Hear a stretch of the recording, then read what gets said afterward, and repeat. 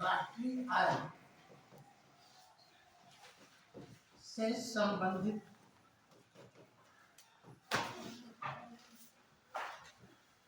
महत्वपूर्ण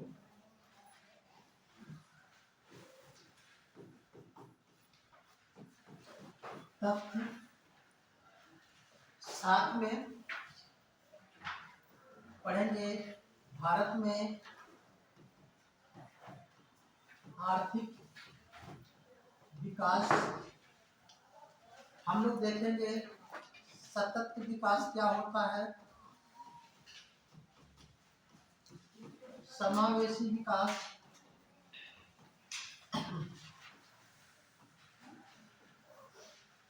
और भारत में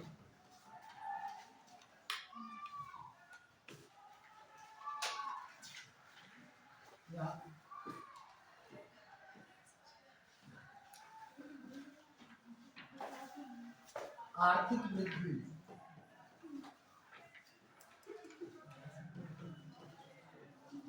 एवं विकास, और साथ में मात्रा। ये कुछ पॉइंट आज हम लोग पढ़ेंगे, इस पर डिस्कस करेंगे, ठीक है। कल हम लोगों ने राष्ट्रीय आय, ध्यान रखिएगा ये क्या होगा, राष्ट्रीय आय, ठीक है ना। राष्ट्रीय आय, राष्ट्रीय आय से संबंधित महत्वपूर्ण तथ्य, ठीक है ना। क्या है, राष्ट्रीय आय से संबंधित महत्वपूर्ण तथ्य। कल आप लोगों ने देखा था राष्ट्रीय आय के बारे में। अगर हम बात करें तो कल देखा था कि राष्ट्रीय आय के जो कॉन्सेप्ट होते हैं, जीडीपी क्या होता है, जीएनपी क्या होता है, एनडीपी क्या होता है, एलएनपी क्या होता है, ठीक है ना। और इनके कॉन्सेप्ट बाजार मूल्य पर, है ना, और साधन लागत पर क्या होता है। इसी को आगे बढ़ाते हुए हम लोग देखेंगे कि राष्ट्रीय आय में कुछ चीजें कौन कौन सी शामिल की जाती हैं, ठीक है ना। तो लिख लीजिएगा राष्ट्रीय आय में से संबंधित महत्वपूर्ण तथ्य, तो इसमें लिख लीजिएगा राष्ट्रीय आय में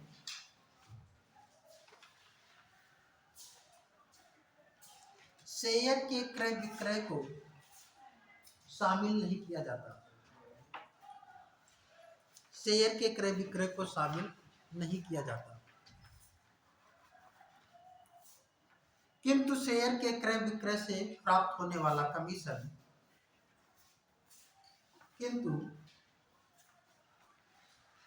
किंतु शेयर के क्रय विक्रय से प्राप्त होने वाला कमीशन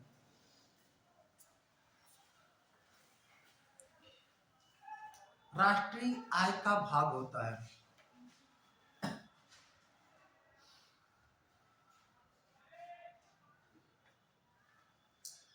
पेंशन से प्राप्त आय राष्ट्रीय आय का भाग होता है। अगला पॉइंट, पेंशन से प्राप्त आय,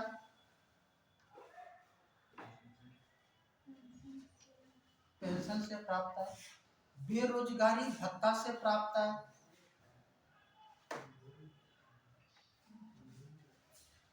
उपहार आदि से प्राप्त आय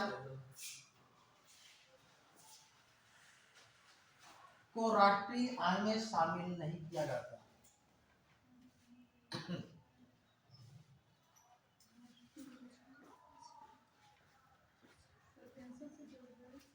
बेरोजगारी भत्ता से प्राप्त आय एवं उपहार से प्राप्त आय को राष्ट्रीय आय में शामिल नहीं किया जाता। हस्तांतरित आय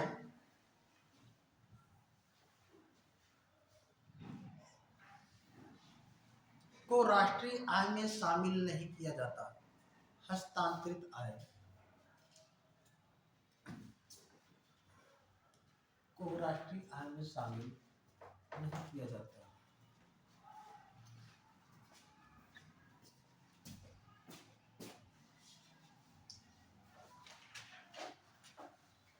पुराने भवन पर किया गया नवनिर्माण कार्य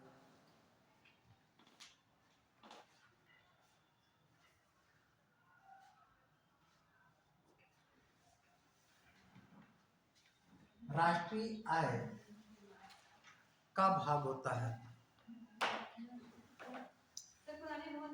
किया गया नवनिर्माण कार्य राष्ट्रीय आय का भाग होता है।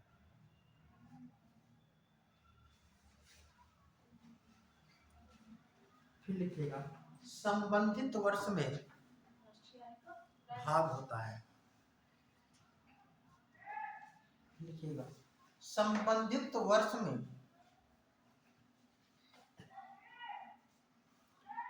कार्य के प्रतिफल के रूप में जो प्राप्त होता है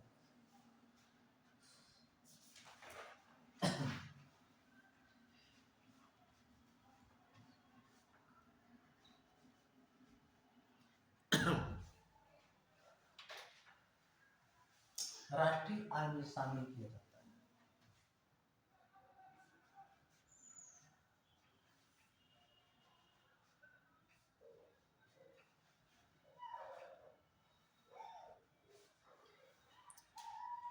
ध्यान रखिएगा ये जो लास्ट वाली लाइन है इसी को आप पकड़ लीजिए, ऊपर की जितनी भी चीजें उसको समझ लीजिए, याद हो जाएगा कौन सा राष्ट्रीय आय का भाग है, कौन सा राष्ट्रीय आय का भाग नहीं है। अक्सर क्वेश्चन आता है निम्न में से किसी राष्ट्रीय आय में सम्मिलित किया जाता है, या क्वेश्चन आता है निम्न में से किसी राष्ट्रीय आय में सम्मिलित नहीं होते। ऐसे क्वेश्चन खूब बनते हैं और खूब गलत भी होते हैं लोगों से, तो गलती नहीं होगी कैसे करेंगे। जो लास्ट वाली लाइन है आपका, ये कहा गया कि संबंधित वर्ष में कार्य के प्रतिफल के रूप में जो प्राप्त होता है वो राष्ट्रीय आय का भाग होता है। और ध्यान रखिए जो कार्य के प्रतिफल के रूप में प्राप्त नहीं होता है इसका मतलब वो राष्ट्रीय आय का भाग। क्लियर हो रहा है। अब इसी चीज को आप पहली लाइन पे देखिए, कहा गया कि शेयर का क्रय विक्रय, शेयर का क्रय विक्रय कोई काम नहीं होता है, बल्कि शेयर के क्रय विक्रय कराने वाला जो एजेंट होता है वो काम करता है। इसलिए शेयर के क्रय विक्रय को राष्ट्रीय आय की संपत्ति नहीं मानी जाती है, बल्कि शेयर के कराने वाले जो क्रय विक्रय कराने वाला होता है, जो एजेंट होता है, जो कमीशन उसको मिलता है वो क्या होता है, काम के बदले मिलता है, वो संपत्ति होती है। अब कहेंगे सर शेयर का खरीदना बेचना ये तो हमने खरीद लिया तो हमारी संपत्ति हो गई, तो क्यों नहीं मानेंगे, है ना।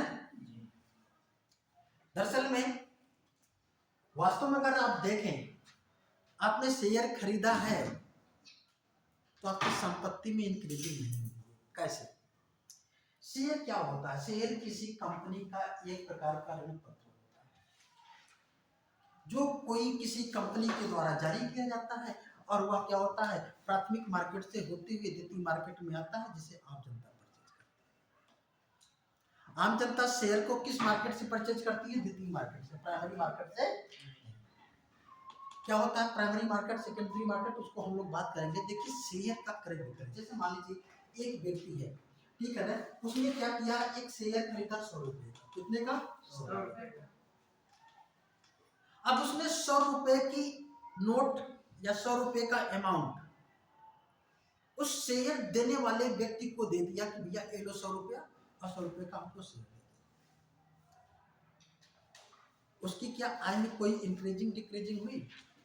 100 रुपए दिया तो 100 रुपए मिला ना, केवल उसका स्वरूप चेंज हुआ ना। पैसा किस में कन्वर्ट हो गया? शेयर। इनकम हुई नहीं, कोई काम किया नहीं। अब उसने क्या किया, इस 100 रुपए के शेयर को दूसरे व्यक्ति को दिया, कभी ये लो 100 रुपए का शेयर हमारे पास है। उस दूसरे व्यक्ति ने इसको दे दिया 100 रुपए। इसके पास क्या आ गया? कुछ आया गया नहीं। 100 रुपया का शेयर आया और उसके बदले में 100 रुपया चला गया। स्थिति तो वही है। इसने क्या किया, तीसरे को 100 रुपए का शेयर दिया और तीसरे वाले ने फिर इसको नोट दे दिया। ना इसकी आय में कोई कमी वृद्धि हुई, ना तो इसकी। इस तरीके का शेयर का क्रय विक्रय एक तरीके से केवल क्या है, एक जो संपत्ति है उसका स्वरूप चेंज हुआ है। करेंसी से शेयर हो गया, शेयर से करेंसी हो गई। इसलिए ये कोई काम नहीं हुआ, इसलिए किसी की इनकम नहीं हुई, किसी की आय नहीं हुई, इसलिए इसे राष्ट्रीय आय में शामिल नहीं करते। लेकिन शेयर का क्रय विक्रय कराने वाला जो व्यक्ति होता है, एजेंट होता है, वो उससे कुछ कमीशन लेता है, वो काम के बदले लेता है, इसलिए शेयर के क्रय विक्रय से प्राप्त होने वाला कमीशन राष्ट्रीय आय का भाग। याद रहेगा। कहा गया कि राष्ट्रीय आय वही होगी जो काम के बदले मिलता है। आय क्या है? जो काम के बदले मिले वही आय है। एक दिन के काम के बदले मिलता है तो दैनिक आय, एक सप्ताह के काम के बदले मिलता है तो साप्ताहिक आय, महीने भर काम के बदले मिलता है तो मासिक आय, वर्ष भर काम के बदले मिलता है तो वार्षिक आय होगी। इसका मतलब अगर काम के बदले मिल रहा है तो आय, और काम के बदले ना मिले तो आय नहीं। बेरोजगारी भत्ता काम के बदले मिलता है तो राष्ट्रीय आय में शामिल। पेंशन काम के बदले मिलता है तो राष्ट्रीय आय में शामिल नहीं। उपहार कोई गिफ्ट काम के बदले मिलता है तो राष्ट्रीय आय में शामिल नहीं होगा। ठीक है ना? ये सब राष्ट्रीय आय के भाग नहीं होंगे। हस्तांतरित आय क्या होती है? मान लीजिए कोई व्यक्ति है, उसके पिताजी नौकरी करते हैं, उन्होंने आप उस बच्चे को जो है हर महीने 5,000 रुपए 6,000 रुपए पढ़ाई के लिए देते हैं। वो बच्चा क्या कह सकता है कि मेरी आय है? नहीं, वो काम के बदले उसे नहीं मिला है, बल्कि पापा की जो आय थी वो हस्तांतरित होकर के उसके पास आ गई, तो संपत्ति में शामिल नहीं किया जाएगा। हस्तांतरित आय ये होती। पुराने भवन पर किया गया नवनिर्माण कार्य राष्ट्रीय आय का भाग होता है। जैसे पुरानी बिल्डिंग है, हम राष्ट्रीय आय की गणना कब से कब तक करते हैं? 1 अप्रैल से 31 मार्च के बीच में। इसी बिल्डिंग पे अप्रैल में फिर काम शुरू हो जाए और काम चले, और फिर अगले साल तक, मतलब जो भी काम इसमें कंप्लीट हो जाएगा, जितना भी पैसा लगा है वो राष्ट्रीय आय की संपत्ति मानी जाएगी। आप कहेंगे कभी कभी सर 3-3 4-4 साल में बिल्डिंग बनती है तो कैसे गणना करें? मान लीजिए कोई एक बिल्डिंग है जो 3 सालों में बनती है और उसकी लागत आती है 30 करोड़। पहले साल वो देखा गया कि पहले साल 10 करोड़ की लागत लगी उसके फाउंडेशन बनाने में, उसके पिलर खड़े करने में 10 करोड़ की लागत या 10 लाख जो भी है।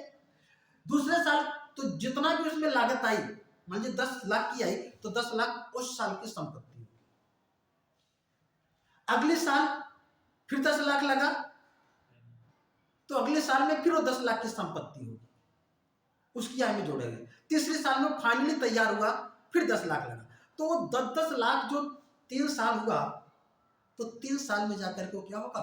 वो कंप्लीटली तैयार होगा, लेकिन उसकी आय तीनों सालों में क्या होगी? डिवाइड हो जाएगी। क्लियर हो रहा है? मतलब काम के बदले संबंधित वर्ष में मिलता है तो आय है, नहीं है मिलता है तो आय नहीं है। ठीक, फिर इसके बाद लिखिएगा राष्ट्रीय आय के मापने की विधियां। राष्ट्रीय आय मापने की विधियां।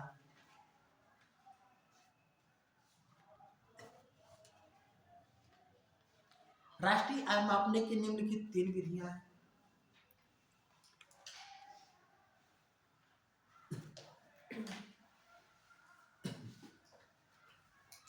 राष्ट्रीय आय मापने की निम्नलिखित 3 विधियां हैं। पहला है आय विधि। आय विधि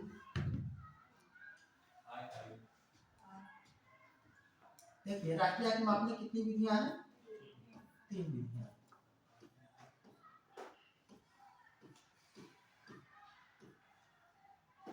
ठीक है ना? पहला लिख सकते हैं आय विधि, ध्यान रखिएगा, थोड़ा सा स्पीड बढ़ा लीजिएगा, ठीक है ना? दूसरा लिख लीजिएगा उत्पाद विधि। तीसरा लिखिएगा व्यय विधि। क्या है? व्यय विधि। इन सब में सबसे अच्छी विधि कौन है? व्यय विधि। सबसे उपयुक्त विधि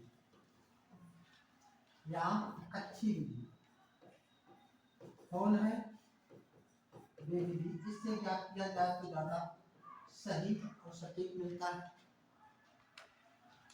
भारत में राष्ट्रीय आय के आकलन में इन तीनों विधियों का प्रयोग किया जाता है। भारत में राष्ट्रीय आय के आकलन में इन तीनों विधियों का प्रयोग करते हैं। किस किस विधि का कहाँ पे प्रयोग करते हैं? अलग अलग सेक्टर में अलग अलग क्वेश्चन आता है, ठीक है ना? उसी अनुसार करेंगे। जैसे उत्पाद विधि का प्रयोग कहाँ पे करते हैं?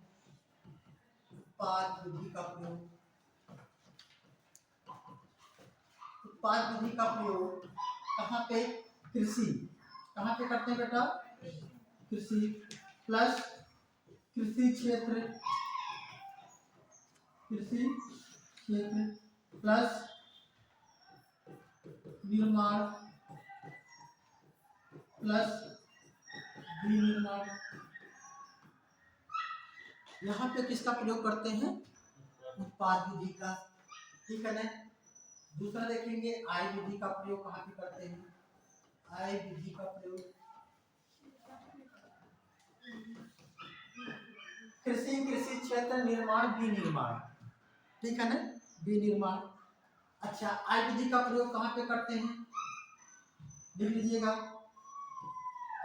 बैंक है, बीमा है, व्यापार है, संचार है, शिक्षा है, चिकित्सा है। इन सभी क्षेत्रों में, ठीक है ना, किस विधि का प्रयोग करते हैं?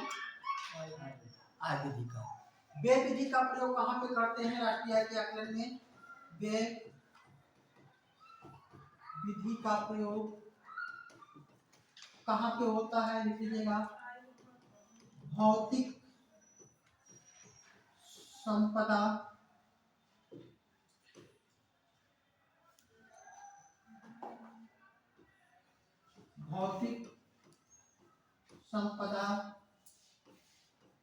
के निर्माण में। भौतिक संपदा के निर्माण में, ठीक है ना। जो चीजें समझ में ना आए पूछ लेना, ठीक है ना। इन तीनों विधियों का प्रयोग अलग अलग स्थानों पे किया जाता है। क्वेश्चन आता है, ठीक है ना, संचार से होने वाली आय को राष्ट्रीय आय के आकलन में किस विधि का प्रयोग किया जाता है? तो किस विधि का? आय विधि का। विनिर्माण से होने वाला आय राष्ट्रीय आय के आकलन में किस विधि का प्रयोग करेंगे? भौतिक संपदा के निर्माण में से होने वाली आय को राष्ट्रीय आय के आकलन में किसका प्रयोग करेंगे? ये भौतिक संपदा है क्या?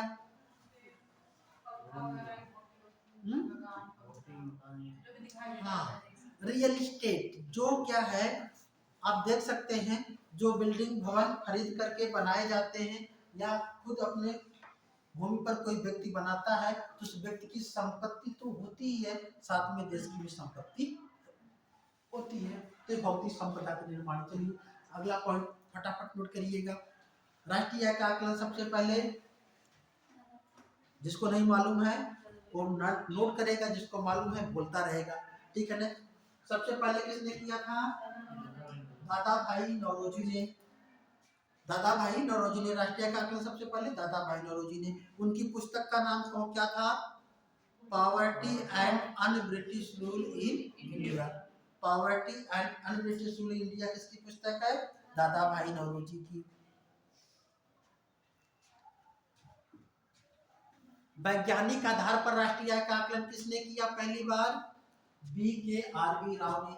वैज्ञानिक आधार पर VKRB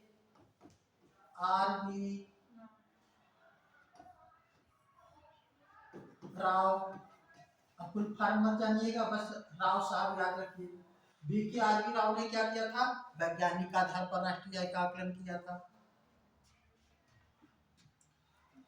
देश की स्वतंत्रता के बाद राष्ट्रीय आय का आकलन सबसे पहले किसने किया? देश की स्वतंत्रता के बाद राष्ट्रीय आय के आकलन का सबसे पहले कार्य वाणिज्य मंत्रालय ने किया था। किसने? वाणिज्य मंत्रालय। वाणिज्य मंत्रालय ने किया था। वाणिज्य, कमर्शियल मिनिस्ट्री, वाणिज्य मंत्रालय ने देश की स्वतंत्रता के बाद पहली बार राष्ट्रीय आय का आकलन किया। वर्तमान में राष्ट्रीय आय का आकलन कौन करता है? कौन? CSO, central statistics office. कौन करता है? केंद्रीय सांख्यिकी दफ्तर या ऑफिस, ठीक है ना। संगठन नहीं कहेंगे, केंद्रीय सांख्यिकी संगठन नहीं, बल्कि हिंदी में कहेंगे सेंट्रल स्टैटिस्टिक्स ऑफिस, केंद्रीय सांख्यिकी दफ्तर या ऑफिस, ठीक। कहेंगे सर अभी तक तो हम संगठन पढ़ते रहे हैं। जी हाँ, गलत नहीं पढ़ा है। दरअसल में 1919 में 2019 में कब बेटा 2019 में क्या हुआ कि जो सीएसओ था, सीएसओ और एक और भी संस्था थी जिसका नाम था एनएसएसओ, नेशनल सिंपल सर्वे ऑर्गेनाइजेशन, इन दोनों को मिला करके फिर से इनका पुनर्गठन किया गया और इसका नाम फिर रहा सीएसओ, सेंट्रल स्टैटिस्टिक्स ऑफिस कर दिया गया। ठीक है ना, तो इसको आप ध्यान रखेंगे, सेंट्रल स्टैटिस्टिक्स ऑफिस। ठीक है ना, ये जारी करता है। भारत में राष्ट्रीय आय का आकलन सबसे पहले सीएसओ ने कब जारी किया था? अब 1955 में किया था। ठीक है ना, किस नाम से जारी करता है सीएसओ राष्ट्रीय आय का आकलन? राष्ट्रीय लेखा सांख्यिकीय, क्या है बेटा? राष्ट्रीय लेखा सांख्यिकीय।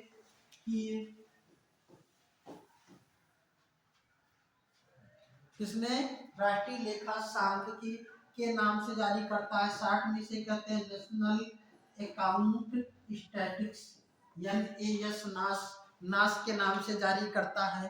ठीक है ना, तो नेशनल राष्ट्रीय लेखा सांख्यिकी, नेशनल अकाउंट स्टैटिस्टिक्स के नाम से राष्ट्रीय आय के आकलन को प्रत्येक वर्ष क्या करता है? प्रदर्शित करता है। ठीक, याद रहेगा। ठीक, वर्तमान में राष्ट्रीय आय का आकलन सीएसओ क्या करता है? 2011-12 को आधार बना करके करता है। आधार वर्ष जिसे कहते हैं, आधार वर्ष कौन सा है? 2011 और 12 है। ठीक, इसको ध्यान रखिएगा। फिर देखेंगे राष्ट्रीय आय के आकलन में सीएसओ क्या करता है? जो विभिन्न क्षेत्र हैं वो 6 विभिन्न क्षेत्र हैं। ठीक है ना, 6 विभिन्न क्षेत्रों के माध्यम से राष्ट्रीय आय का आकलन करता है। लिख लीजिएगा, सीएसओ राष्ट्रीय आय के आकलन को 6 विभिन्न क्षेत्रों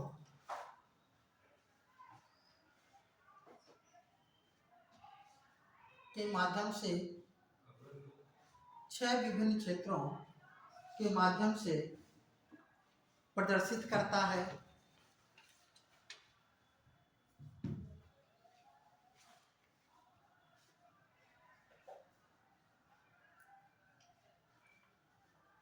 जिसमें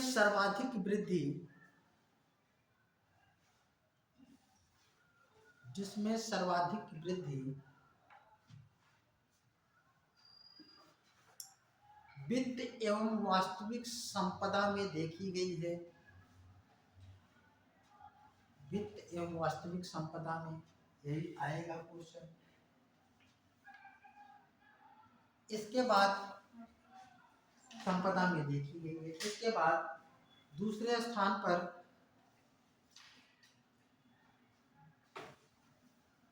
परिवहन, संचार एवं व्यापार की वृद्धि रही है।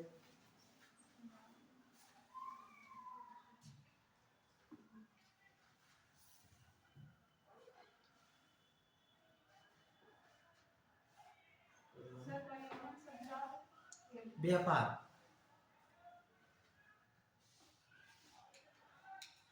देख लीजिएगा, 2023 में भारत की कुल जीडीपी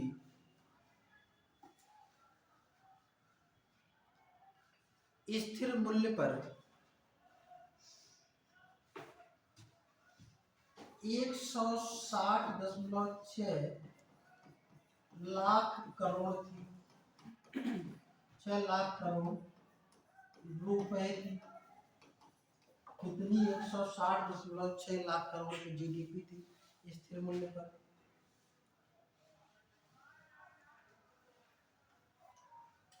जिसकी वृद्धि दर 7.2 थी। कितनी थी? 7.2% की क्या थी? इसकी वृद्धि दर थी। तो ग्रोथ रेट है, ध्यान रखिएगा। वृद्धि दर कितनी थी? 7.2%। फिर लिखिएगा,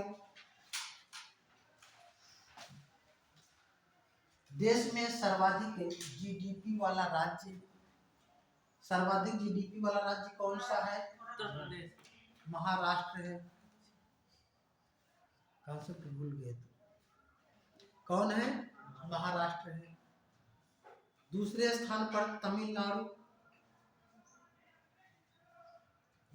फिर गुजरात, चौथे पे कर्नाटक और पांचवें पे उत्तर प्रदेश है। पांचवें पे कौन है? उत्तर प्रदेश है।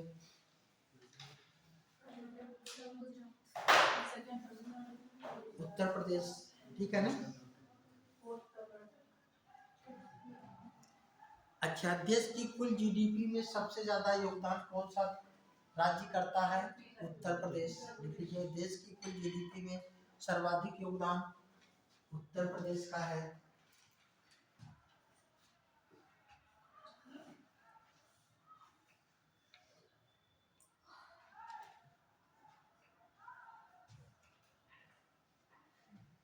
आप कहेंगे कि कुल जीडीपी में सर्वाधिक योगदान किसका है? उत्तर प्रदेश का। लेकिन अभी आपने सर ने बताया क्या है? सर्वाधिक जीडीपी वाला राज्य महाराष्ट्र है। तो ये कैसे हो गया? विरोधाभासी। समझ में आया है कि हम बताएं इसको क्या है? बता दीजिए। तो पूछा कीजिए, ठीक है? नहीं तो हर चीज नहीं बताएंगे, पूछिए भी कुछ, ठीक है? देखिए क्या होता है, जैसे अगर हम बात करें, ये हमारा देश है, ठीक है ना? ये क्या है? हमारे देश का इंडिया है, ठीक है ना? आप देखते हैं यहाँ पे भी तो है महाराष्ट्र, ठीक है ना? यहाँ पे इसकी सर्वाधिक जीडीपी है। उत्तर प्रदेश कहाँ पे है? यहाँ पे आप देखेंगे, यहाँ पे उत्तर प्रदेश है, ठीक है ना? तमिलनाडु कहाँ पे दिखाई देगा आपको? नीचे वाले क्षेत्र में दिखाई देगा, ठीक है? अब यहाँ पे सबसे ज्यादा किसका है? अगर जीडीपी का मतलब क्या हुआ? राज्य की जीडीपी, मतलब जीडीपी वह है ना जो आर्थिक भूभाग पर उत्पादन होता है, वही तो जीडीपी है, कल बताया था। तो अगर देश के स्तर पर कहें तो पूरा देश ही हमारा आर्थिक भूभाग है, लेकिन राज्य के स्तर पर कहें तो ये राज्य की जीडीपी है, तो ये आर्थिक उसका भूभाग है जो उसकी लैंड है, जो एरिया है, तो यहाँ पे कुल उत्पादन होता है। लेकिन यूपी का योगदान सबसे ज्यादा कैसे हो जाता है? आपको मालूम है कि यूपी का जीडीपी में अगर देखें तो चौथे स्थान पर, किस स्थान पे? चौथे या पांचवें? पांचवें पे है ना? इस पे है, पांचवें पे है, ठीक है? अगर ये पांचवें पे है तो ठीक है, तो अच्छा, तो जीडीपी तो वही है इसका, ठीक है ना? लेकिन ठीक है, लेकिन साथ में क्या है? उत्तर प्रदेश के लोग और भी राज्यों में जाते हैं, ठीक है ना? महाराष्ट्र में चले जाते हैं, गुजरात में चले जाते हैं, तमिलनाडु में जाते हैं। मतलब यूपी के लोग, बिहार के लोग देश के अन्य राज्यों में कहीं न कहीं पे जरूर कम या अधिक मात्रा में पाए जाते हैं। लेकिन ठीक है ना, कहने का मतलब एक ऐसा प्राणी है यूपी के लोग जो देश के विभिन्न क्षेत्रों में पाए जाएंगे, लेकिन जैसे महाराष्ट्र के लोग यूपी में नहीं दिखाई देते, दिखाई देते हैं नहीं। तो ये लोग जाकर के उनकी भी जीडीपी में कंट्रीब्यूशन कर रहे हैं ना, है तो यूपी के ना, तो इनकी भी जीडीपी में ग्रोथ कौन करा रहा है? यूपी के लोग। तो इसलिए अगर हम कहें ओवरऑल जो है कंट्रीब्यूशन किस राज्य का है, तो यूपी का हम कह सकते हैं। लेकिन सर्वाधिक जीडीपी वाला राज्य कौन है? तो महाराष्ट्र, ठीक है ना? सर्वाधिक योगदान देने वाला तो कौन सा? दोनों में थोड़ा सा मामूली सा सोच का डिफरेंस है, और यही से क्वेश्चन आपके सही और गलत हो जाते हैं। ठीक, क्लियर हो गया? चलिए अब लिखिएगा, जो है प्रति व्यक्ति आय, प्रति व्यक्ति आय, प्रति व्यक्ति आय बराबर क्या होती है? कुल राष्ट्रीय आय बटे कुल जनसंख्या। प्रति व्यक्ति आय बराबर क्या होती है? कुल राष्ट्रीय आय बटे कुल जनसंख्या।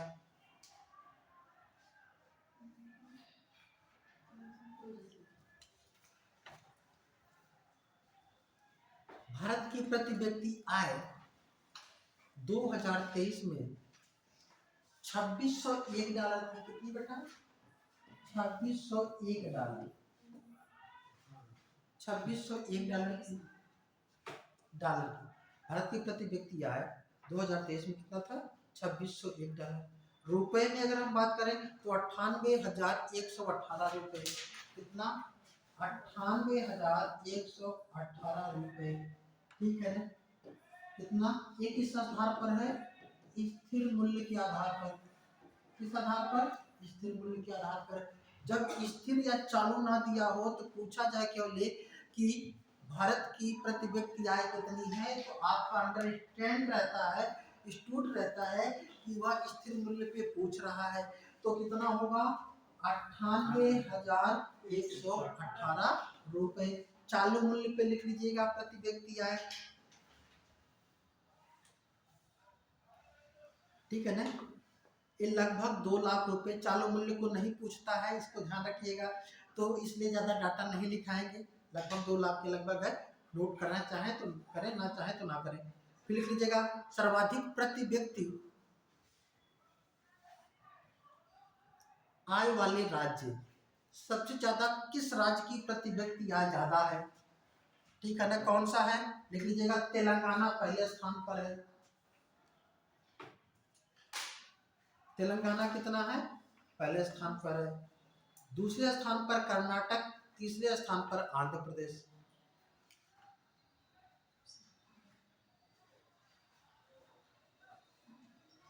ठीक है ना? यूपी की प्रति व्यक्ति आय कितनी है? $2,500। यूपी की प्रति व्यक्ति आय $2,500 है। सबसे कम प्रति व्यक्ति आय वाला राज्य कौन सा है? बिहार है। कौन है? बिहार है।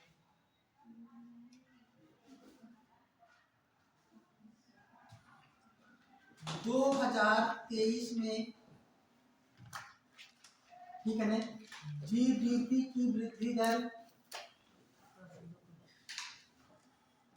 कितना भी लिखा है? 7.2। ठीक है ना? और राष्ट्रीय आय हमने बताया था किसे मानेंगे? जीबीए की वृद्धि दर 6.3%। और कृषि की वृद्धि अगर पूछ ले तो हमेशा ध्यान रखिएगा ये लगभग कांस्टेंट ही रहता है। कृषि की वृद्धि दर लगभग 4%। ठीक, अभी 1 महीने के बाद ये सब फैक्ट बदल जाएगा।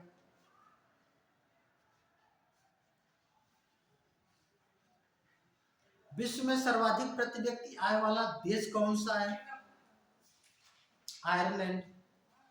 हाँ, एशिया में सिंगापुर। विश्व में सर्वाधिक प्रति व्यक्ति आय वाला देश आयरलैंड। और सबसे कम प्रति व्यक्ति आय वाला देश है वो अफ्रीका महाद्वीप का है, उसका नाम है बुरुंडी। इसकी प्रति व्यक्ति आय सबसे कम है।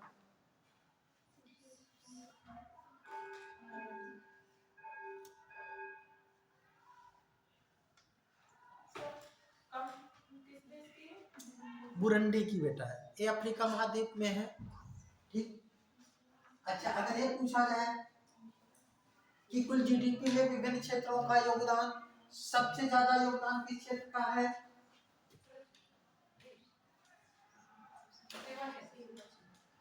ध्यान रखिएगा, विभिन्न क्षेत्रों का योगदान जीडीपी में, जीडीपी में विभिन्न क्षेत्र का योगदान। घर पे जाकर के जरूर पढ़ते जाइएगा। ठीक है ना? आज का आज ही काम खत्म कर दीजिएगा। ठीक, किसका किसका देखेंगे? सबसे पहले हम देखें कृषि क्षेत्र का, दूसरा देखें उद्योग क्षेत्र, तीसरा सेवा क्षेत्र। ध्यान रखिएगा, कृषि क्षेत्र को प्राथमिक क्षेत्र, औद्योगिक क्षेत्र को द्वितीय क्षेत्र और सेवा क्षेत्र को तृतीय क्षेत्र भी कहा जाता है। सेवा क्षेत्र को तृतीय क्षेत्र।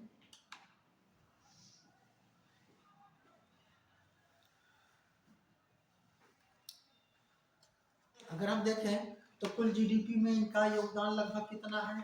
ठीक है ना? लिख लीजिएगा, इसका लगभग है कितना? लगभग 17% है।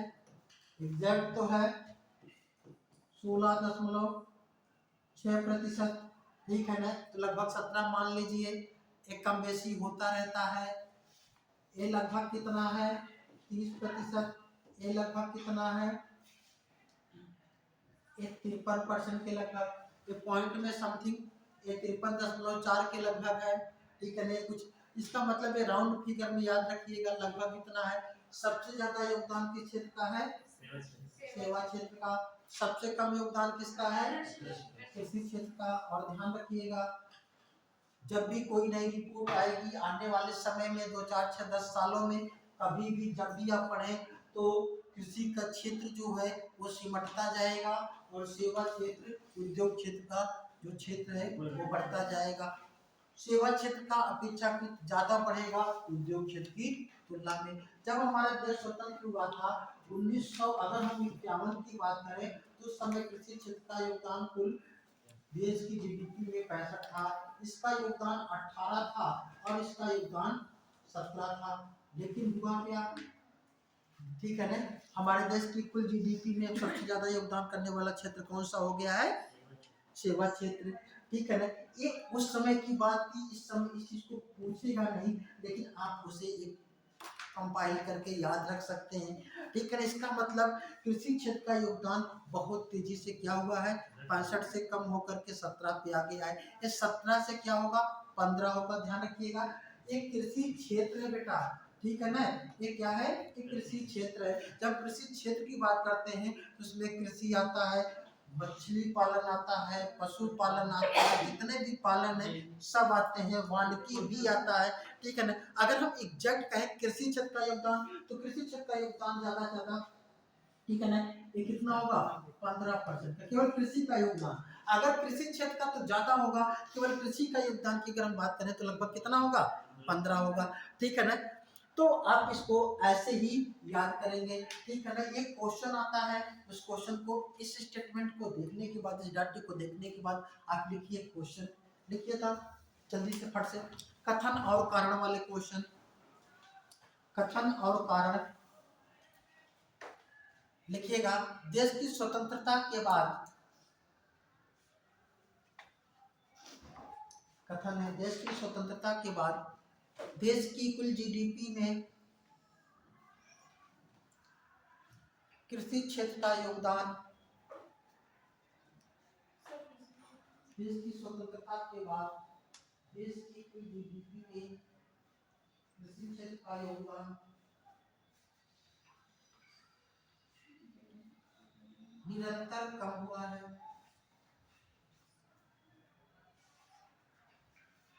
ये क्या है, कथन है, कारण है, कारण देश की स्वतंत्रता के बाद कृषि उत्पादन में लगातार कमी आती गई है।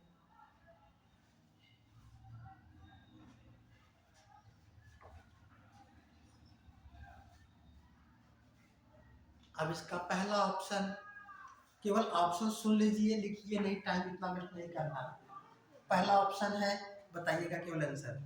कथन और कारण दोनों सही है, कथन की कारण व्याख्या करता है, पहला ऑप्शन।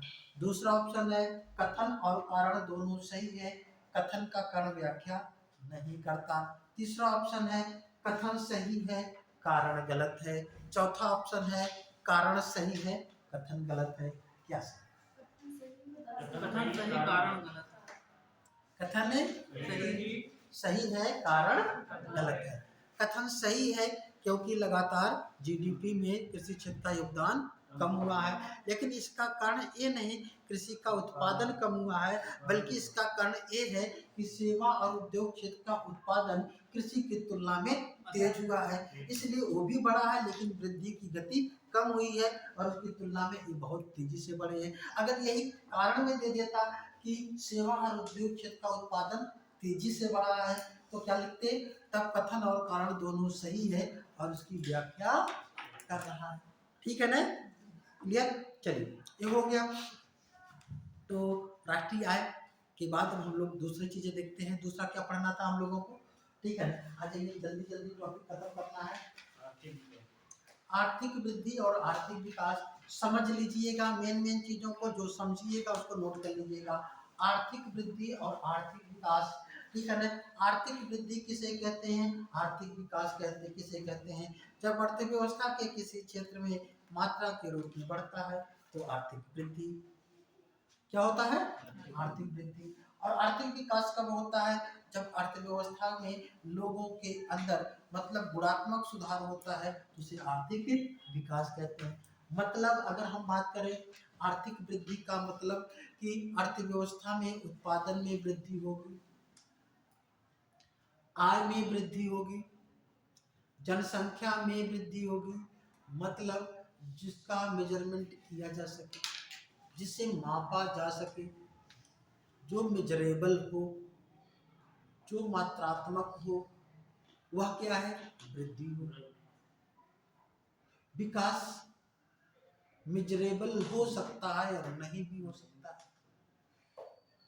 विकास मानव का होता है, मानव का विकास, उसका शैक्षिक विकास हुआ है, क्या मेजरमेंट रखेंगे, नहीं बना पाएंगे। लेकिन ये कहते हैं किस व्यक्ति का विकास हुआ, इसका नहीं हुआ।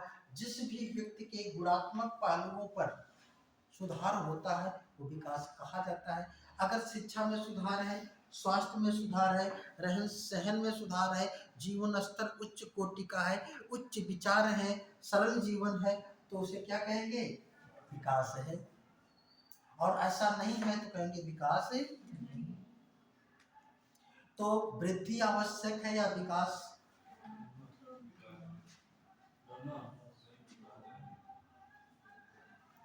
ध्यान रखिएगा, विकास और वृद्धि ये दोनों अपने अपने स्थान पर महत्वपूर्ण है, लेकिन सबसे ज्यादा जो महत्वपूर्ण है वह विकास है।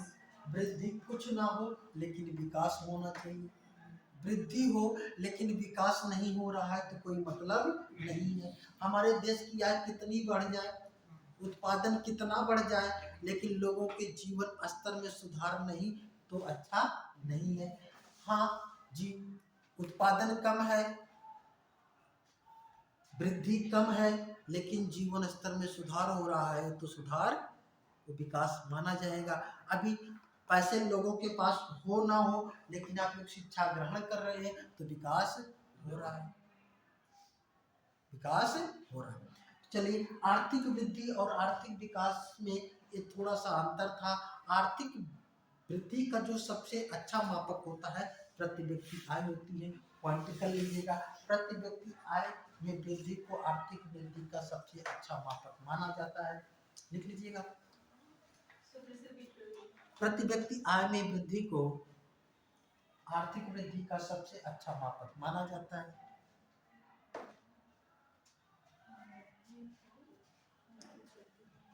सबसे अच्छा मापक माना जाता है।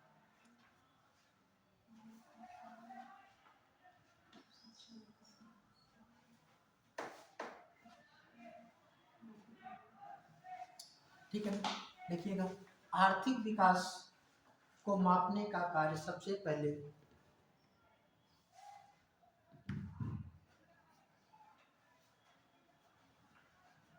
विश्व बैंक ने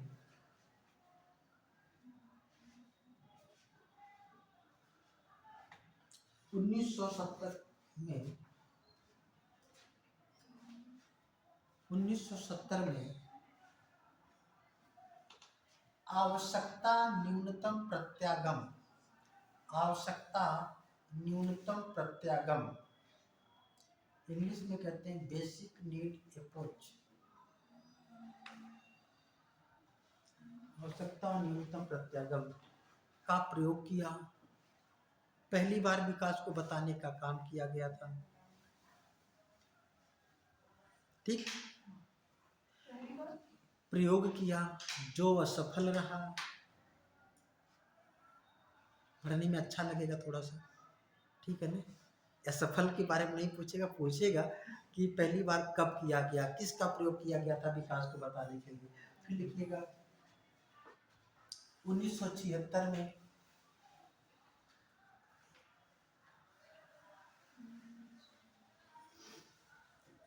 PQLI को जारी किया गया, PQLI, physical quality of life index, जीवन की भौतिक गुणवत्ता सूचकांक, जीवन के भौतिक गुणवत्ता सूचकांक PQLI को जारी किया गया। इसका फुल फॉर्म बोलते हैं। बता रहे हैं physical quality of life index. हाँ, हम क्लास में हैं यहाँ पे GIC लाइफ इंडेक्स क्या है? Physical quality of life index, जीवन की भौतिक गुणवत्ता, हिंदी में क्या कहते हैं? जीवन की भौतिक गुणवत्ता सूचकांक। इसको ध्यान रखिएगा, जीवन के भौतिक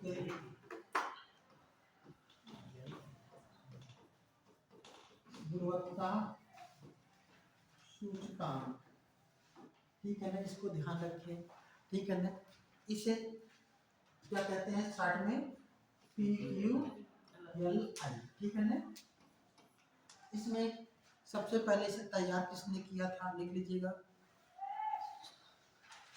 तैयार किया जॉन टिनवर्जन ने। कौन? जॉन टिनवर्जन। तो तैयार किसने किया? जॉन टिनवर्जन ने इसे तैयार किया। इस सूचकांक को मारिस डी मारिस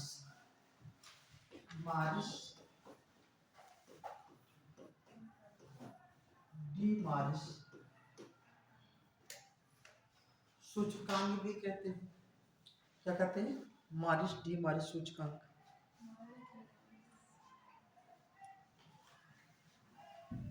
इसमें 3 बातें शामिल हैं। क्या क्या? इसको ये महत्वपूर्ण है। सबसे पहले जीवन प्रत्याशा, क्या है? जीवन प्रत्याशा। दूसरा साक्षरता, तीसरा बाल्य मृत्यु दर। 3 चीजें शामिल हैं, जीवन प्रत्याशा, साक्षरता, बाल मृत्यु दर। मान इसका 1 से 100 के बीच में होता है। इसका मान 1 से 100 के बीच में। 100 की तरफ बढ़ना अच्छा और 1 की तरफ बढ़ना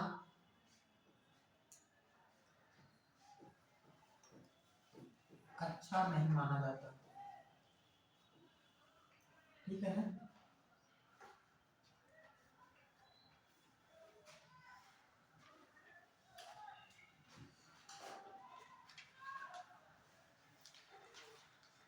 चलिए, अब आप लोगों को जो पढ़ना है वो पढ़ना है मानव विकास सूचकांक। क्या पढ़ना है? मानव विकास सूचकांक, इसे हम कहते हैं ह्यूमन डेवलपमेंट इंडेक्स, HDI।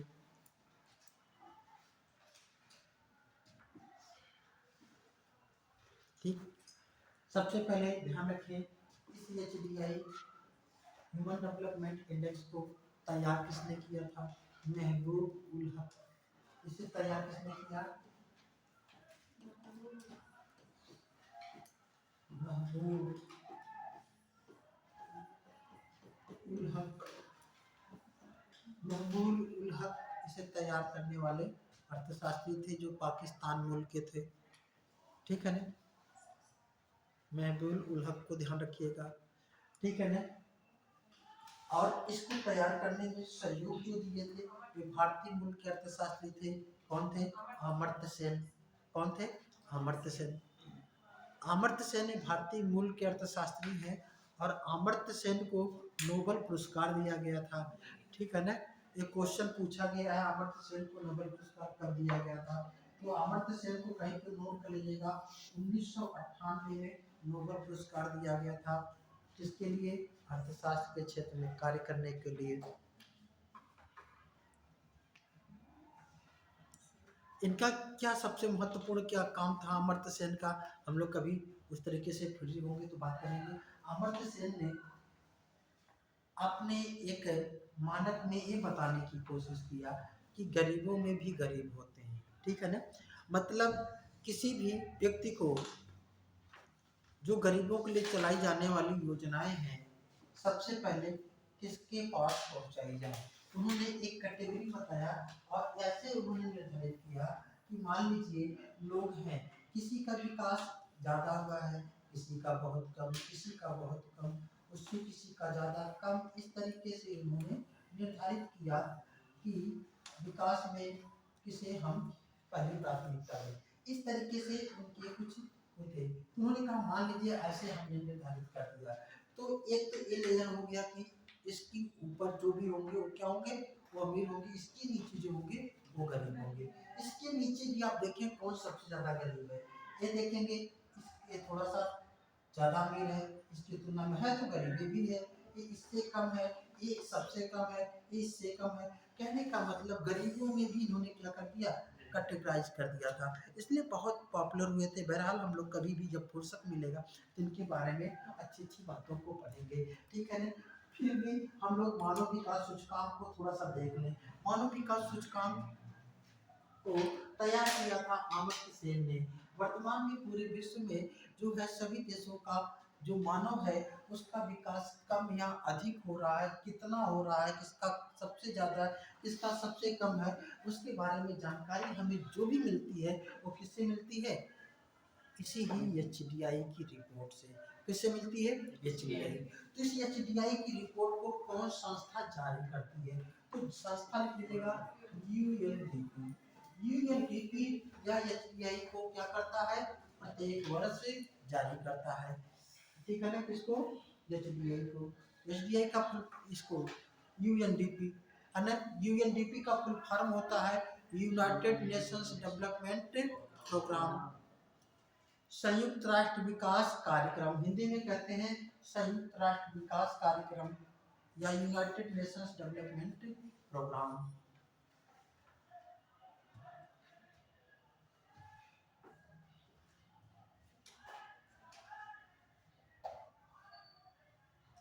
ठीक है ना। जो एचडीआई है प्रत्येक वर्ष यहाँ अपनी रिपोर्ट जारी करता है, ठीक है ना, उसको हम देखेंगे। लेकिन ये क्या क्या तथ्यों को शामिल करता है, ठीक है ना, ध्यान रखिएगा। इसमें सबसे पहले प्रति व्यक्ति आय,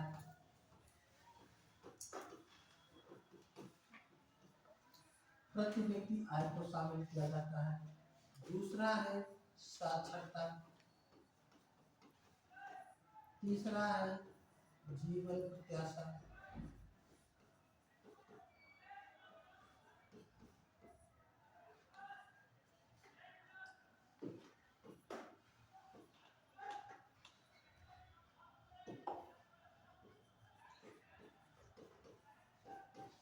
क्या है, जीवन प्रत्याशा।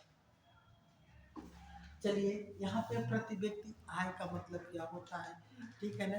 यहाँ पे ध्यान रखें जिस भी देशों में अगर प्रति व्यक्ति आय बढ़ रही है तो इसका मतलब वहाँ पे विकास की संभावनाएं ज़्यादा हैं, क्योंकि किसी भी क्षेत्र में अगर देखा गया है अगर आय बढ़ रही है तो सब कुछ सही हो जाता है, जीवन स्तर रहन सहन अच्छा हो जाता है ना। लेकिन कब, जब पैसे होंगे तब अच्छी शिक्षा मिल जाती है, अच्छा स्वास्थ्य हो जाता है। कहते हैं कि पैसा आ गया है तौर तरीके ही बदल गए हैं। तो कहने का मतलब ये बहुत ही क्या करता है, प्रभाव डालता है। इसलिए प्रति व्यक्ति आय बहुत ही ज़्यादा महत्वपूर्ण, इसलिए सबसे पहले उसको रखा गया। फिर कहा गया साक्षरता, किसी देश में साक्षरता कितनी है, ठीक है ना, कितनी कम है कितनी ज़्यादा। जहाँ पे साक्षरता ज़्यादा होगी वहाँ पे अपेक्षाकृत कम साक्षर वाले देशों से वो देश के लोग क्या होंगे, ज़्यादा बुद्धिमान, ज़्यादा समझदार होंगे। साक्षर किसे कहते हैं, यूटीपीसीएस मेंस में जब ऑब्जेक्टिव क्वेश्चन हो रहे थे 2017 में क्वेश्चन, 7 वर्ष से अधिक की उम्र हो और किसी भी भाषा को लिखना नहीं पढ़ लिख ले ये गलत है, लिख पढ़ ले ये भी गलत। मतलब उसमें जो एज का लिमिटेशन है उसको ध्यान रखिएगा, 7 वर्ष। ठीक है ना। ये आता है कम से कम 7 वर्ष, 5 वर्ष, 6 वर्ष, 7 वर्ष, 8 वर्ष, तो इसमें कम से कम 7 साल का हो। मतलब 6 साल का कोई बच्चा पढ़ना लिखना किसी भाषा को जानता है, उससे साक्षर में काउंट नहीं करेंगे। 7 साल से अधिक के लोगों को, भले वो 90 साल के हों, ठीक है ना, कोई दिक्कत नहीं, पढ़ना लिखना जानते तो उनको साक्षर में शामिल करेंगे, ठीक है ना। इस साक्षरता के आधार पर 2011 की जनगणना में हमारे देश में साक्षरता 73% थी। अगर अब जनगणना कराई जाएगी तो साक्षरता ये नो डाउट की लगभग है ना 83 के से कम तो नहीं होगी, 85 से कम तो नहीं होगी, ठीक है ना। तो मैंने कहा मतलब कि साक्षरता बढ़ रही है, ठीक है ना। तो अगर इतना लोग पढ़े लिख लेते हैं तो थोड़ा सा समझदारी तो उनकी आ जाती है, उनकी तुलना में जो एकदम से नहीं पढ़े लिखे होते हैं। लेकिन शिक्षित इनको हम नहीं कहेंगे। शिक्षित किसे कहते हैं, शिक्षित की परिभाषा दे पाना अभी संभव नहीं है, ठीक है ना। हालांकि लेटर भी आगे हम देख लेते हैं। साक्षरता हो गई। जीवन प्रत्याशा क्या होती है, किसी भी देश में के निवासियों के जीवन जीने की क्षमता को क्या कहा जाता है, जीवन प्रत्याशा कहा जाता है। विश्व में सबसे अधिक जीवन प्रत्याशा वाला देश कौन सा है, जापान से भी ज्यादा है किसी की, फिनलैंड, आयरलैंड, ये सभी क्या है इनकी, आइसलैंड, इनकी जो जीवन प्रत्याशा जापान से भी ज़्यादा है। वैसे छोटे छोटे कंट्री हैं तो यहाँ पे बहुत कम लोगों की आबादी है, इसलिए इनको जो है उतने प्रभावित तरीके से नहीं देखा जाता है। लेकिन ध्यान रखिएगा, सबसे ज़्यादा वृद्ध जनसंख्या प्रतिशत वाला अगर कोई देश है तो वह जापान है। वहाँ पे की कुल जनसंख्या में बुढ़ों का प्रतिशत क्या है, सबसे ज़्यादा है। इस समय सबसे ज़्यादा वृद्ध जनसंख्या वाला कोई देश है तो कौन सा है, वह है चीन। कौन सा है, चीन। आने वाले समय में सबसे ज़्यादा वृद्ध जनसंख्या वाला देश कोई होगा तो कौन होगा, भारत। क्योंकि इस समय सबसे ज़्यादा युवा जनसंख्या कहाँ पे है, भारत में। यह युवा आने वाले 30-40 साल में वृद्ध भी तो होंगे, बुढ़े भी तो होंगे, है ना। अभी तो अच्छा लग रहा है कि हाँ सबसे ज़्यादा युवा, लेकिन ये नहीं सोचते हैं कि ये युवा बुढ़े भी होंगे, आने वाले 40 साल में क्या होगा, ठीक है ना। ध्यान रखिएगा, अगर इन युवाओं की देखें कि जब ये वृद्ध हो जाएंगे तो ये वृद्धों की डिपेंडेंसी, इनको केयर करने का दायित्व किसका होगा, सरकार का होगा। क्योंकि हमारे देश में जो हमारा कल्चर है वो बहुत ज़्यादा जो है बिखरता हुआ जा रहा है ना। पहले क्या थे कि बच्चे जो अपने पापा मम्मी का ज़्यादा केयर करते थे, और आज पापा मम्मी की उतनी केयरिंग नहीं हो पाती है जो एक्सपेक्टेशन पापा मम्मी करते थे, या जो हमारे पेरेंट्स अभी अपने पापा मम्मी का कर रही हैं। शायद हमारी ये जो पीढ़ी है उतना उनके के साथ समय अपना स्पेंड ना कर सके, पापा मम्मी अकेले ही रह जाते हैं, ठीक है ना। बहरहाल वो सब एक अलग का विषय है, सामाजिक चिंतन है, ठीक है। हम लोग आ जाते हैं यहाँ जीवन प्रत्याशा। तो इस समय भारत की जीवन प्रत्याशा लगभग कितने वर्ष होगी,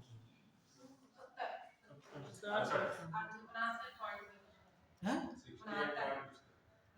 लगभग 69.7 के लगभग, है ना। तो लगभग 70 वर्ष होगी। जितना ही जितना जीवन प्रत्याशा का मतलब इतना औसत रूप से लोग जीते हैं। इससे कम पे भी कुछ लोग चले जाते होंगे, इससे कुछ लोग ज़्यादा भी चले जाते हैं, लेटर, ठीक है। इसलिए इसका मान 0 से 1 के बीच में होता है। मान कितना होता है, 0 से 1 के बीच में। 1 की तरफ बढ़ना अच्छा, 0 की तरफ बढ़ना अच्छा नहीं माना जाता, ठीक है ना। अगर 1 की तरफ बढ़ना क्या होता है, अच्छा, और 0 की तरफ बढ़ना अर्थव्यवस्था के लिए अच्छा नहीं माना जाता, ठीक है। वेरी गुड, आगे देखते हैं। ये जो यूएनडीपी है यह प्रत्येक वर्ष अपनी रिपोर्ट जारी करता है, लिख लीजिएगा यूएनडीपी की मानव विकास रिपोर्ट, मानव विकास रिपोर्ट ब्रैकेट में HDI, human development index report 2023 के अनुसार, 23 के अनुसार सर्वाधिक एचडीआई वाला देश नॉर्वे है।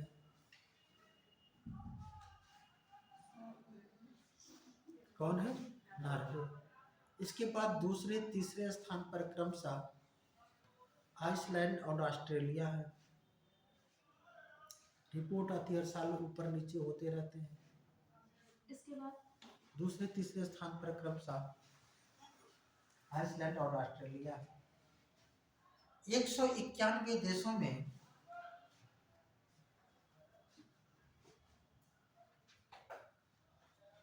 सबसे कम एचडीआई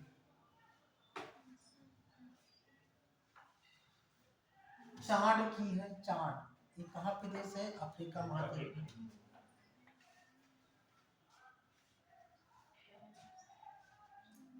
दो 2023 की रिपोर्ट में भारत है 2023 की रिपोर्ट में भारत है 0.64 एचडीआई के साथ किस स्थान पर है? 132वें स्थान पर है। किस स्थान पर है? 132वें।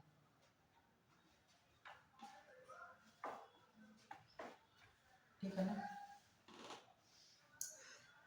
आगे देखिएगा, भारतीय मानव विकास सूचकांक, जैसे विश्व का मानव विकास सूचकांक था तो इसे भारतीय मानव विकास सूचकांक, कुछ और पॉइंट नोट कर लीजिए।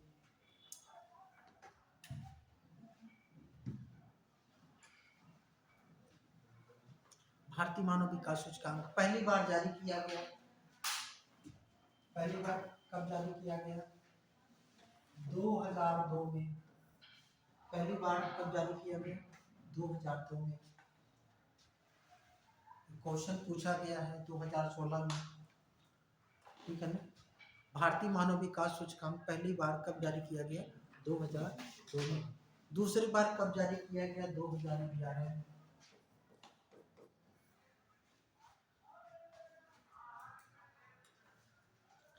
उसी 2011 वाली रिपोर्ट को हम लोग संशोधित करके हर साल पढ़ते हैं। ठीक है ना? इसका मतलब भारत में तीसरी बार अभी एचडीआई जारी नहीं की गई। ध्यान रखिएगा, इस रिपोर्ट के अनुसार भारत में सबसे ज्यादा एचडीआई वाला राज्य कौन सा है? केरल है। कौन है? केरल। सबसे ज्यादा एचडीआई वाला राज्य केरल है। सबसे कम एचडीआई वाला राज्य छत्तीसगढ़ है।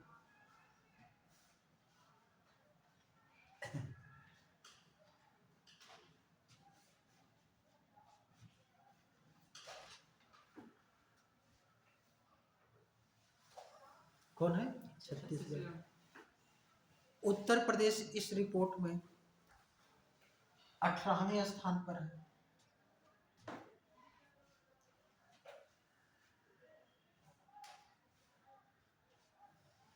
किस स्थान पे है?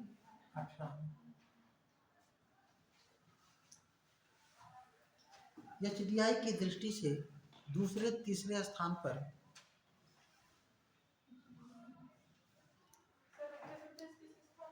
18 दूसरे तीसरे स्थान पर दिल्ली एवं हिमाचल प्रदेश है। मतलब दिल्ली केंद्र शासित प्रदेशों में पहले स्थान पर।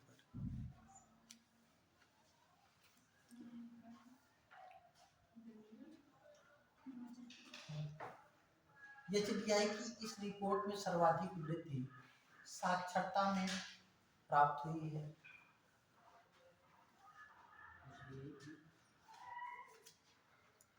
इस रिपोर्ट में सर्वाधिक वृद्धि साक्षरता में देखी गई है या प्राप्त हुई है।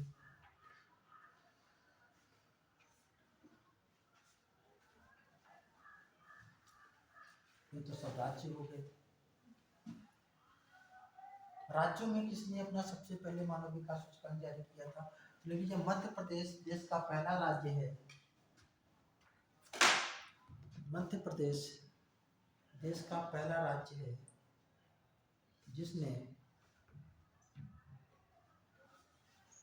अपने जिले के, अपने राज्य के सभी जिलों का मानव विकास सूचकांक जारी किया।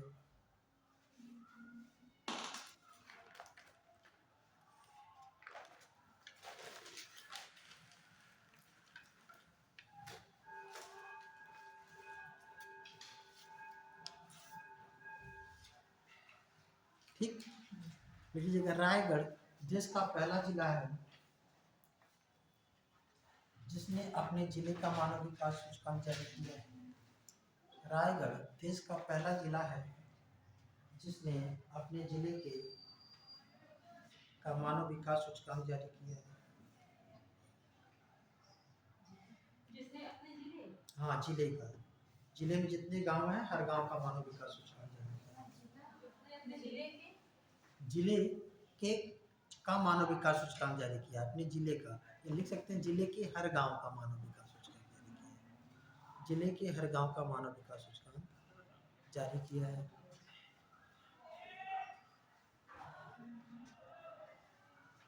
ठीक। अब हेडिंग डालिएगा भारत में आर्थिक विकास। भारत में आर्थिक विकास।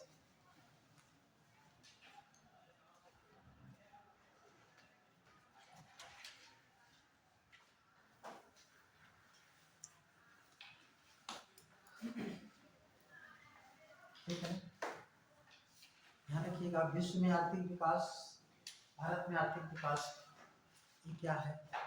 विश्व में आर्थिक विकास मतलब पूरे विश्व के जितने भी देश हैं उन्होंने अपने देश की जो विकास की जो स्ट्रेटजी अपनाई है उन्हें पूरे विश्व के देशों को दो भागों में विभाजित किया जाता है। एक ऐसे देश जो अपने विकास में संतुलित विकास मॉडल का समर्थन करते हैं और दूसरे ऐसे देश जो असंतुलित विकास मॉडल का समर्थन करते हैं। संतुलित विकास मॉडल का मतलब होता है ऐसा विकास मॉडल जिसमें अर्थव्यवस्था के सभी क्षेत्रों में समान रूप से विकास हो, जैसे कृषि का भी विकास हो, उद्योग का विकास हो, सेवा क्षेत्र का विकास हो, आधारभूत संरचना का विकास हो, शिक्षा का विकास हो, स्वास्थ्य का विकास हो। इस सबका मतलब सभी क्षेत्रों में समान रूप से हो। लेकिन ऐसा अगर विकास किया जाएगा तो ऐसे विकास को करने के लिए ढेर सारे पूंजी और संसाधन की क्या होगी? आवश्यकता होगी कि नहीं? ठीक है ना। और जो है जब पूंजी संसाधन की आवश्यकता होगी तो इस विकास मॉडल को कौन सा देश कर सकता है? जो जिसके पास पूंजी और संसाधन है। जिसके पास पूंजी संसाधन नहीं है वो नहीं कर सकता है। तो फिर क्या होगा? तो फिर इसके लिए कहा गया कि जो है एक मॉडल चल ही रहा था, तो एक प्रोफेसर हर्षमैन थे जो अमेरिका के रहने वाले थे, उन्होंने एक विशाल विकास मॉडल दिया, उसे कहते हैं असंतुलित विकास मॉडल। क्या कहते हैं? उन्होंने कहा कि नहीं, अर्थव्यवस्था के सभी क्षेत्रों में समान रूप से विकास ना किया जाए। विकास कैसा किया जाए? इस तरीके से विकास किया जाए कि जिससे कि जो है कम पैसे में काम हो जाए। इन्होंने क्या किया?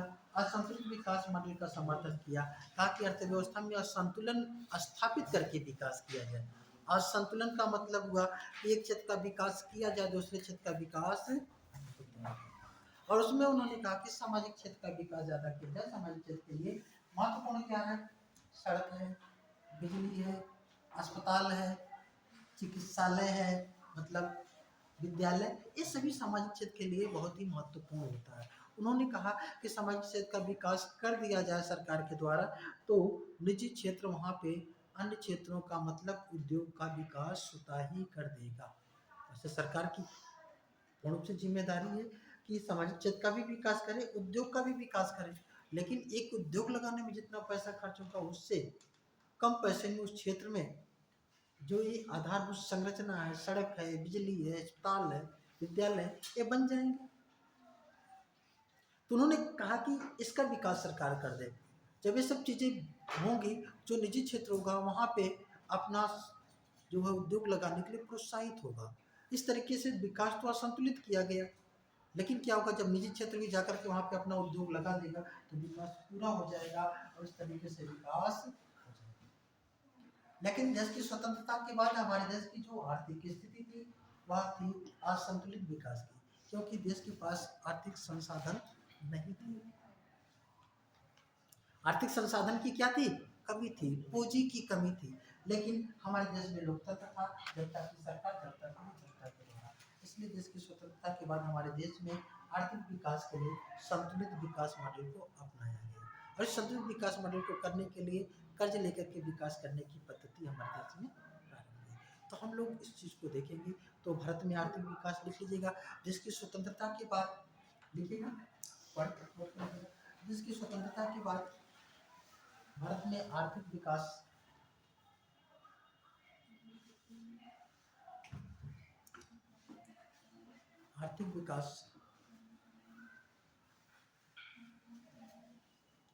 संतुलित विकास मॉडल पर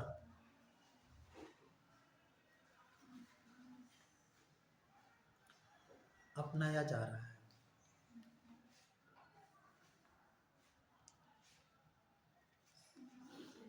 विकास मॉडल अपनाया जा रहा है। अच्छा, संतुलित विकास मॉडल के समर्थक कौन है? लीजिएगा, संतुलित विकास मॉडल के समर्थक कभी कभी फाइन करने के लिए जाता है ना। संतुलित विकास मॉडल के समर्थक अर्थशास्त्री, ठीक है, लिख लीजिएगा नेल्सन। क्या लिखेंगे? नेल्सन।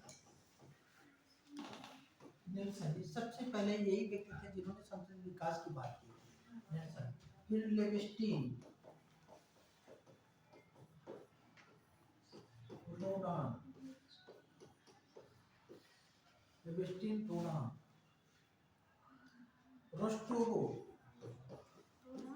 सर ये क्या लिखा है बोलता रोडान, रोडान है, लेविस्टीन, रोडान, फिर रोस्टोवो आदि करेंगे। ये क्या थे? इस संतुलित विकास के समर्थक थे। आज संतुलित विकास के समर्थक में आता है प्रोफेसर हर्षमैन। आज संतुलित विकास को कीजिएगा, इसके समर्थक कौन थे? प्रोफेसर हर्षमैन। यही क्वेश्चन पूछा जाता है, प्रोफेसर हर्षमैन को पूछ लिया जाता। आज संतुलित विकास मॉडल के समर्थक कौन थे? प्रोफेसर हर्षमैन।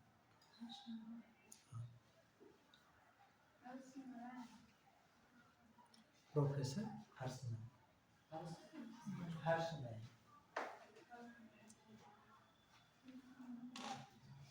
ठीक है ना, हम लोग प्रोफेसर हर्षमैन। अब भारत में आर्थिक विकास के लिए कौन सी नीति अपनाई गई? संतुलित विकास, ठीक है ना। अब लिख लीजिएगा, योजना आयोग एवं नीति आयोग, योजना आयोग एवं नीति आयोग।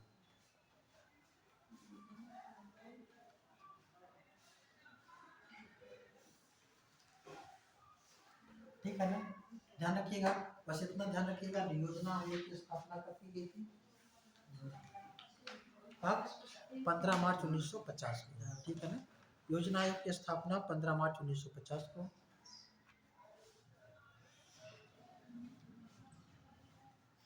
क्या थी? एक गैर संवैधानिक संस्था थी। कौन सी?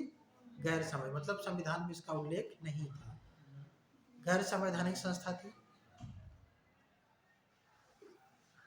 प्रधानमंत्री इसका पदेन अध्यक्ष होता था।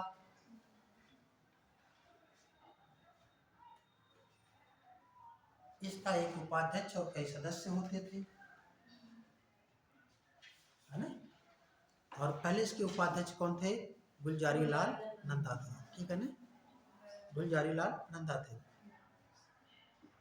इनके सदस्यों की संख्या घटती बढ़ती रही है। कुछ विशेष, ये संस्था अब अस्तित्व में नहीं है, लेकिन विकास के लिए महत्वपूर्ण है, इसको ध्यान रखिएगा। फिर लिखिएगा नीति आयोग,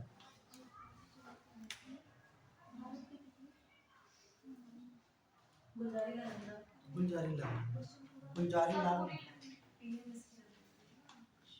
यहाँ से इसका एक अध्यक्ष उपाध्यक्ष, इसका एक अध्यक्ष कौन होता था? प्रधानमंत्री। पदेन अध्यक्ष कौन होता था? प्रधानमंत्री। एक उपाध्यक्ष होता था। उपाध्यक्ष कौन होता था? कोई भी होता था। तो पहले उपाध्यक्ष कौन थे? गुलजारी लाल नंदा। अंतिम उपाध्यक्ष कौन थे? मोटेक सिंह अहुलवालिया। अंतिम कौन तो होंगे? मोटेक सिंह अहुलवालिया, ठीक है ना। अच्छा, इसके अंतिम अध्यक्ष कौन थे योजना आयोग के? मनमोहन सिंह, ठीक है ना।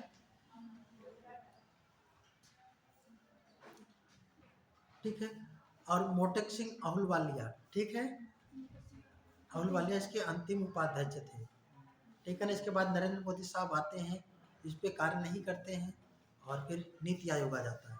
नीति आयोग कब बना? 1 जनवरी 2015 को। नीति आयोग हेडिंग डाल करके छोड़ दीजिए, हम लोग अगली क्लास में इस पे चर्चा करेंगे।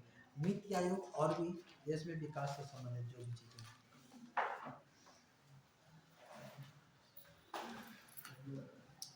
अच्छा, सतत विकास, समावेशी विकास में हम लोग बात करने वाले थे ना। सतत विकास क्या होता है? सतत विकास जिसे धारणीय विकास भी कहते हैं, इंग्लिश में सस्टेनेबल डेवलपमेंट कहा जाता है ना। ऐसा विकास जो भविष्य के ऊपर ना किया जाए, है ना। 10वीं पंचवर्षीय योजना का मुख्य विकास लक्ष्य क्या था? सतत विकास करना ही था, धारणीय विकास करना था, ठीक है ना। समावेशी विकास किस पंचवर्षीय योजना का मुख्य विकास लक्ष्य था? 11वीं का था। समावेशी विकास का क्या मतलब होता है? ऐसा विकास जिसमें सभी लोगों की भागीदारी सुनिश्चित हो, उसे क्या कहते हैं? समावेशी, ठीक है ना। तो समावेशी विकास और धारणीय विकास, इसको ध्यान रखिएगा। और ये दोनों सतत और समावेशी विकास दोनों एक साथ किस पंचवर्षीय योजना का मुख्य विकास लक्ष्य था? तो वह अंतिम पंचवर्षीय योजना, जिसे हम 12वीं पंचवर्षीय योजना कहते हैं, उसमें इसे अपनाया गया था, ठीक है ना। तो हम लोग आगे भी इस पे बात करेंगे, ठीक है ना। तो किसी को कुछ पूछना है तो पूछ सकता है, कोई डाउट, कुछ क्वेश्चन? नहीं पूछेंगे, कोई बात नहीं, ठीक है ना। तो हम लोग फिर अगली क्लास में मिलते हैं, ठीक है बेटा। चलिए, फोटो खींचने का क्या? बैठ जाइए।